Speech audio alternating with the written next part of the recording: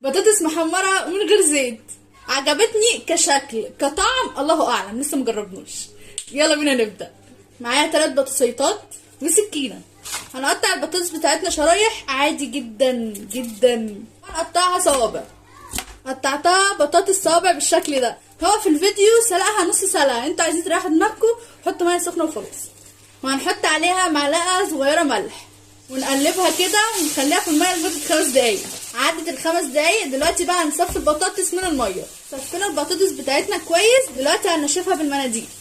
خلصت تنشيف، هحط بقى عليها اي نوع توابل انا بحبه ونقلبهم في بعض.